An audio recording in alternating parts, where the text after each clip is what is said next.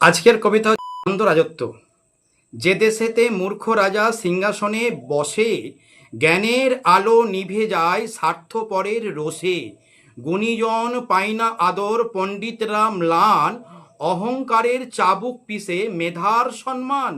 যেথায় শুধু তোষামত আর চামচেগিরির জয়, সত্য কথা বলতে গেলে খাঁটি মানুষ ডরায়।